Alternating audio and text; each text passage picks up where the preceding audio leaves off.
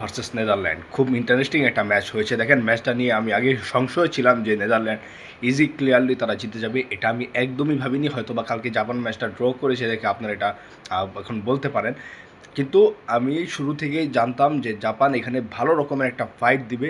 যারা ব্রাজিলকে হারিয়েছিল, চারটেখানি কথা না ভাই, তারা ব্রাজিলের মতো টিমকে হারিয়েছিল, সেখানে নেদারল্যান্ডের মতো টিমের সাথে তারা খেলছে। আর জাপানের যে স্পেশালি মিডফিল্ডটা নিয়ে আলোচনা করি, জাপানের মিডফিল্ডে নাকামুরা, কামাডা, সানো, তারপর আপনার ডন, এই যে যে চারটা মিডফিল্ডার আছে জাপানে, এই চারটা মিডফিল্ডার যেই কোনো সময় আপনার ম্যাচের মোমেন্টাম ঘুরিয়ে দিতে পারে।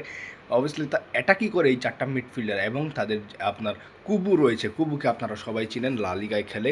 কুবু ভালো একটা প্লেয়ার, কালকেও খুব ভালো অ্যাটাক করেছে, হয়তো বা গোলটা সে করতে পারেনি, কিন্তু গোল করার খুব কাছেই তিনি ছিলেন।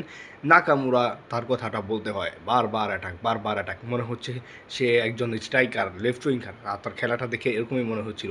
আপনার দুর্দান্ত খেলেছে এই প্লেয়ারটা। আর নেদারল্যান্ডের কথা আর কি বলবো, জাপানের মতো টিমের সাথে তাদের যে ভাই এই অবস্থাটা হয়েছে, এটা আমি আগে থেকে একটু গেস করেছিলাম হয়তো বা আপনার নেদারল্যান্ড জিততে পারবে না।